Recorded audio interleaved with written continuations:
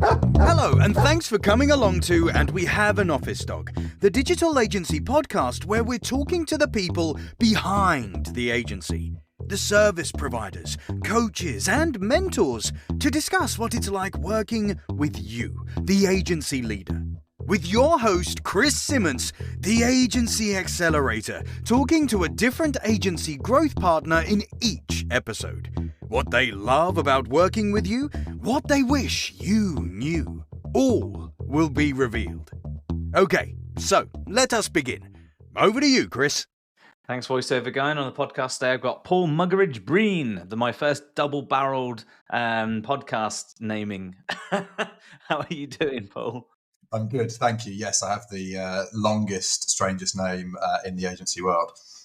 You are, in fact, the most annoying agency advisor that we have, because I've had to put specific code on the naming parts of the little widgets that show the agency advisors' faces, so that it doesn't put your name over the top of someone else's face.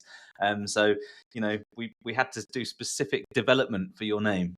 Well, I appreciate that. I cause chaos everywhere I go. Banks can never fit my name on cards. My poor kids takes them about 3 weeks to write their names, etc. So you're not allowed. So, Paul, we're not here to talk about that. We're here to talk about agencies, working with agencies and helping them. So, first of all, everyone listening is dying to know, who the heck are you? What the heck do you do? And what do you do specifically when it comes to agencies? Sure. So I'll probably start by going right back to the beginning, about 120 years ago or thereabouts. So I started out my career as a journalist, working as a sort of TV news producer for ITN at the BBC in the UK. And then I moved to Australia for a bit and worked for the ABC over there, launched a 24-hour news channel there in the space of 7 months, which is an interesting experience and subject for another podcast.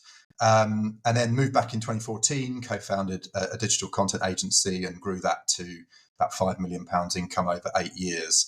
And then this past year, I've moved to being an agency advisor, coach, mentor, consultant, insert word as appropriate there. But in short, working with agency founders, agency leaders to help them achieve their objectives. And that can be, any kind of objective, any kind of outcome they're looking for, but just helping them, guiding them, coaching them along the way. And is there like a sweet spot that you either prefer working with, or a specific type of agency need that works best for you and works best for them? I would say not, actually. I've got a range of agencies and clients in all sorts of different stages, industries, types of consultancy agencies. So, and they all need different things. They all need different help, but I think I kind of work with them all in different ways and kind of just provide whatever it is that they're looking for. So yeah, I would say I found no single sweet spot yet. Yeah.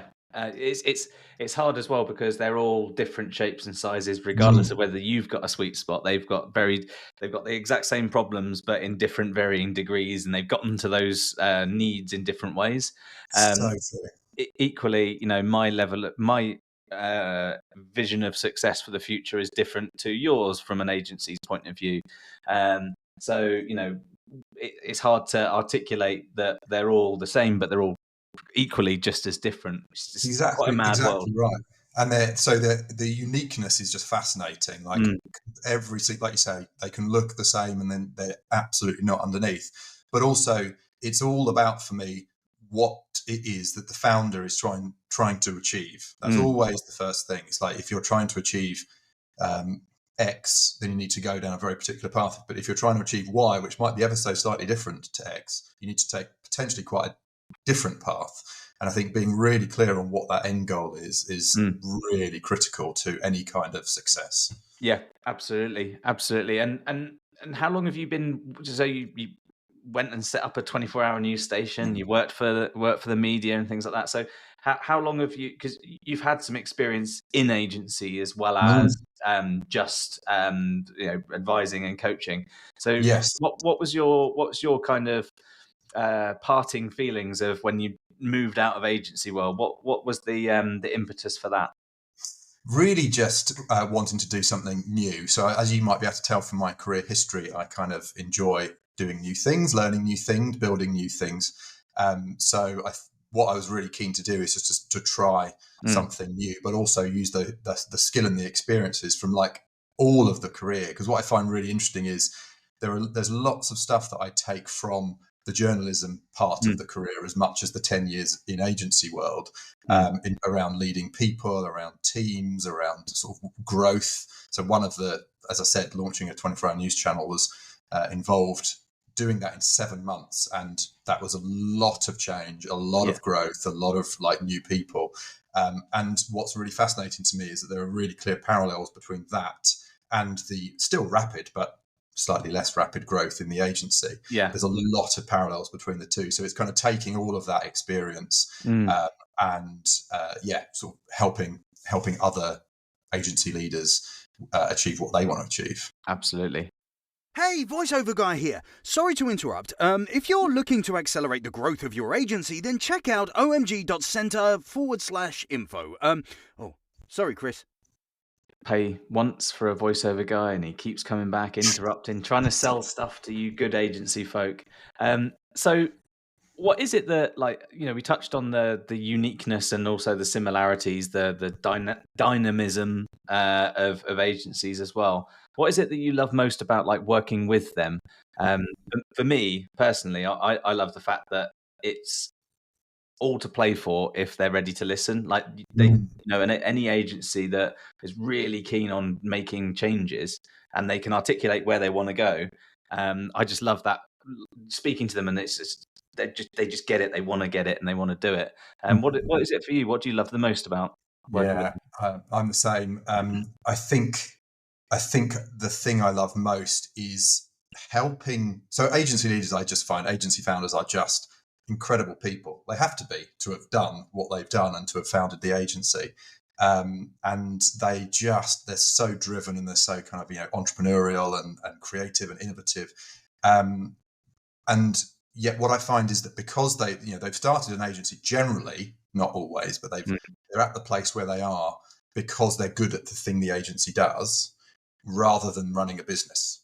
And so they're kind of often, they have a lot of the right instincts, but they lack the confidence to kind of go through with it and to push it through and to make those decisions.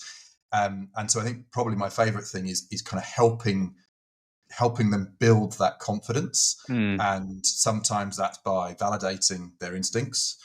And often it's about challenging some of the thoughts they've got, some of the decisions they're making, and kind of offering some different points of view, or just getting them to think in a slightly different way about it. But just, you taking that passion that they have, that's the thing I love, taking the passion that they have and helping them kind of channel it into achieving what they want to achieve.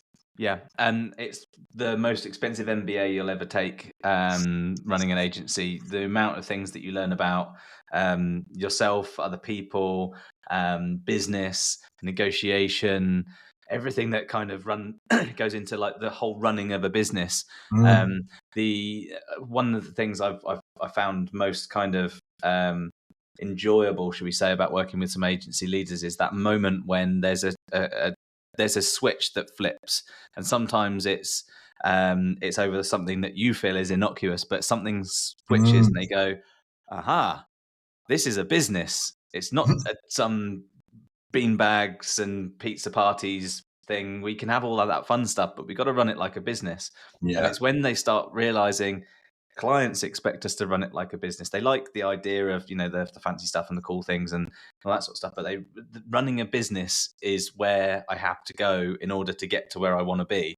And when they start seeing it like that, then some of it involves boring stuff, and some people love spreadsheets, but I think it's when that switch flips, you can see it and you can kind of feel the room change, should we say. And I think that's when you really get hold of your agency, is when you turn it into a business. The numbers, where you're going, whether you're on track, what you've got to tweak to get there, and it feels a lot less unstable and risk prone at that point. Totally. And I think there's some people do love spreadsheets, and I am one of them, weirdly. But I think a lot of agency founders don't. And I think there's a kind of, I think that's one of the mismatches that I think can cause real problems, is it's really important to have. You don't have to be in the numbers every single day, but it's important to really understand them and have confidence in them, because it's so hard to make good business decisions if you don't have confidence in the numbers. If you're slightly worried about them, even sort of on an unconscious level, it's really hard to make those kind of confident business decisions. And so having those numbers in order, however that's done, I think is really, really critical to doing exactly what you said, that sort of transition to we're a business. Absolutely. And I one thing I've learned when I was running agencies, and also learning it again and again working with agencies, is if you nail the boring stuff, you can do everything that you want. You can you can run the business how you like, as long as you've got all the boring stuff nailed. That's things like knowing your numbers, having your strategic plan, having things like insurance and HR documentation, all that sort of stuff. Nail that, and then you can slow all of the pressure and the thinking down and make good business decisions later. It's absolutely spot on. I love that moment when an agency leader goes, all right, fine, I'm going to spend a couple of weeks getting some of this done and work this out. And then you work through it methodically, and then you can step back and look at what you've got. Totally. And I think there is a real, again, it's that the agency founder type, and it's not, across the board, but it's pretty widespread, which is it's a kind of, as I say, entrepreneurial, creative, innovative kind of mindset. And and that kind of 1,000 ideas a day kind of approach. And I do think that is sometimes those people find the boring stuff, that kind of boring but important stuff, a bit difficult, because it is less glamorous than the kind of the other side. It's less fun. Some of it is just really difficult, like people problems, workflows, systems, finances, like you say. So I think making sure that is looked after, however it is, might be somebody else in the business that does it, but just making sure that it's totally nailed is, like you say, there's you can't get to where you want to get to without that stuff being in place. Exactly. And the secondary part to that, like you say, is this, like, you don't have to be the one that does everything. And I found it particularly hard. I don't know about you, but I found it particularly hard once I realized I had to. I found it hard to step back on something, even if it was something boring and hard and something that I wasn't suited to. I'd still look at it and be like, oh, I want to do that. I need to get that. It's my thing. It's my thing. And as soon as you realize that your business's bottleneck is likely to be you at some point, once you run it like a business, then get out your own way and start letting people do their thing. I've been writing a series about like the critical hurdles on the way to that kind of £5 million income level. And the first one actually is around the £1 million mark and is all about letting go. It's exactly what you're saying, because it applies to all sorts of things in terms of how much you're trying to be across, how much you're delegating, whether you're actually delegating or just what you think is delegating. But unless you can do that, and that's actually takes quite a lot of work, and that's where it becomes a bit more, it's actually quite personal work rather than business work. It's about you as a person being able to let go and trust and have somebody else do the things that are quite important in your business. That's your baby. If you can do that and do that work, then you can power through. But I think that's a really common sticking point. If you don't do that work and you do want to try and keep hold of everything, it's very difficult to get past that point. Yeah, absolutely. And I think some people do it well, some people find it harder. But ultimately there's some kind of point in time where something changes, and you either go down the path of making the right business changes, or you don't, and you kind of run the hamster wheel until you run out of steam. There's only a few ways an agency closes, and one is an exit, a nice exit with a sale. Another is you run out of steam and it has to just die. And then finally, HMRC or IRS come along and close it for you. And the latter two are less palatable than someone coming on with a big fat check. And you've got to make some uncomfortable choices at certain points to do that. Yeah. What do you think it is, though, that separates the best agencies from the rest? Because just UK alone, there's 23,000 agencies in total. I was astonished at that number, but then it's, if you account for like 3 members of staff and up to 250 members of staff, that's quite a big spectrum.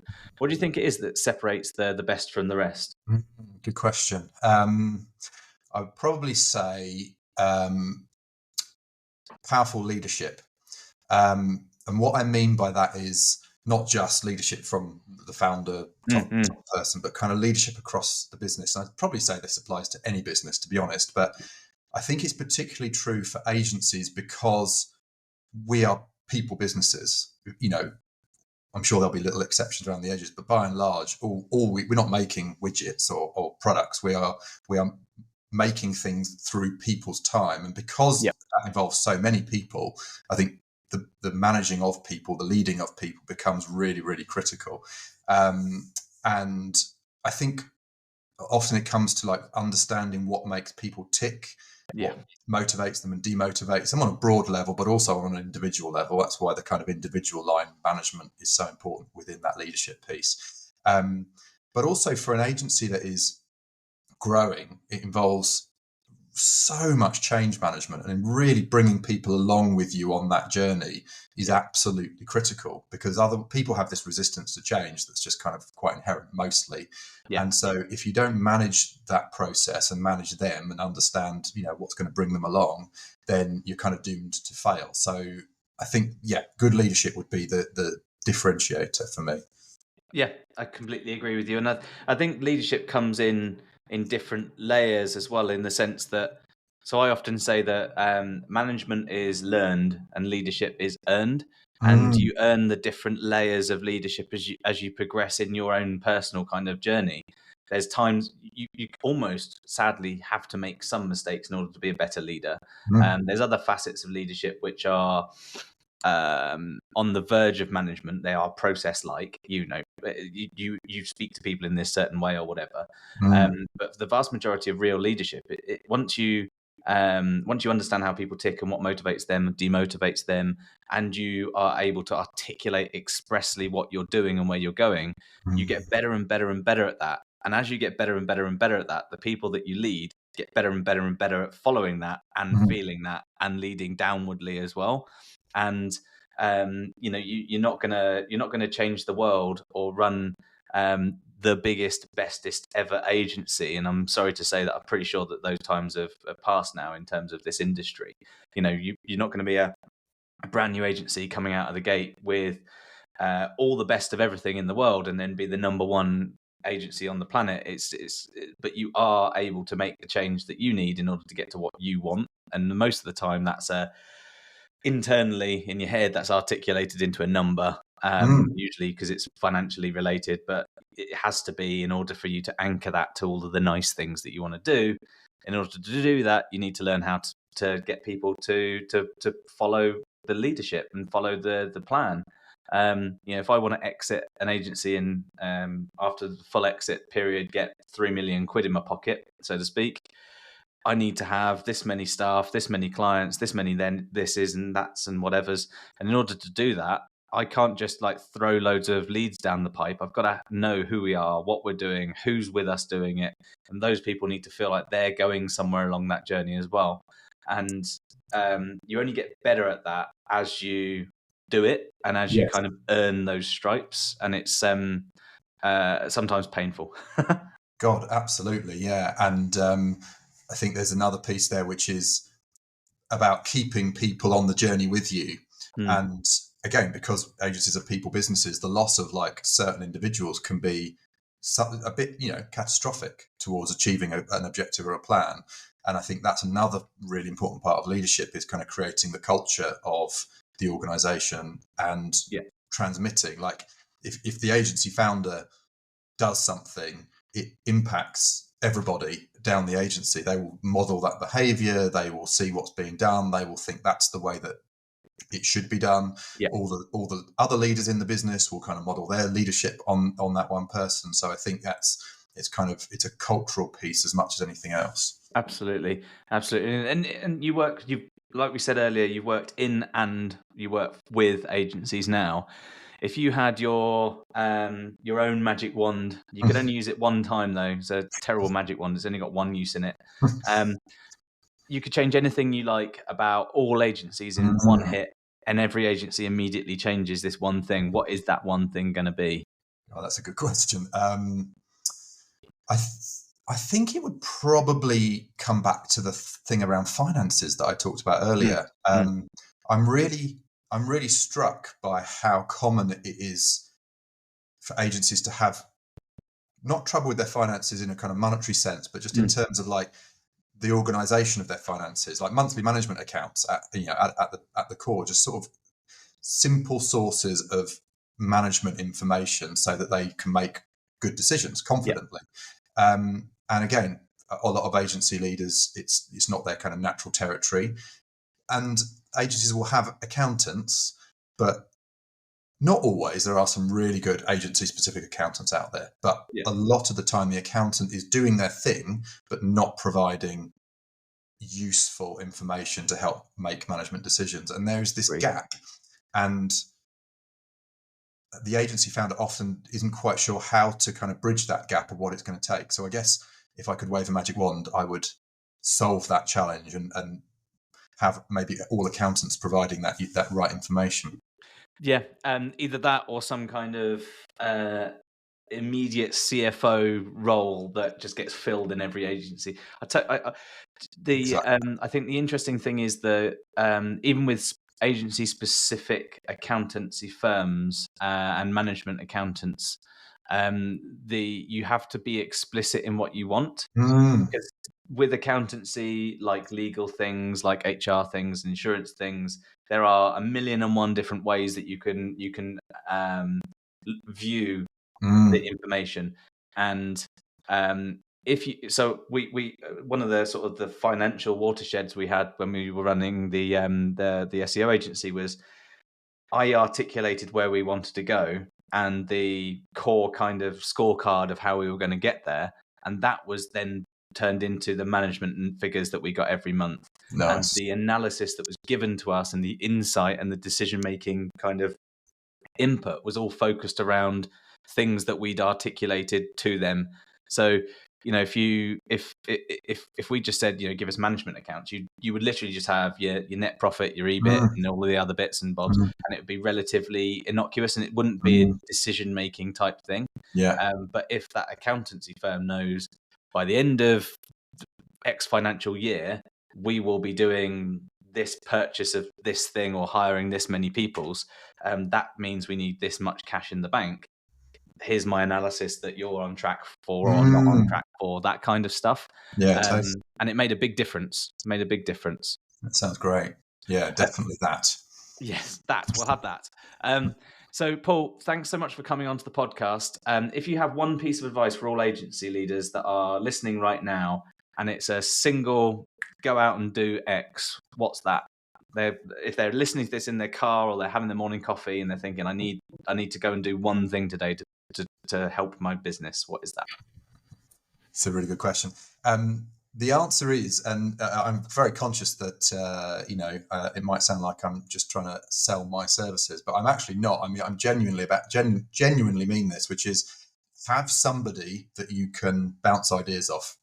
Have somebody that can challenge your thoughts, challenge your confirm or challenge. Just have somebody, because it's a pretty lonely business otherwise. It can be a very lonely experience and difficult experience. So that would be what I say.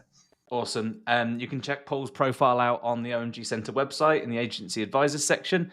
Give him a shout. Thanks very much for coming along, mate. Thanks for having me, Chris.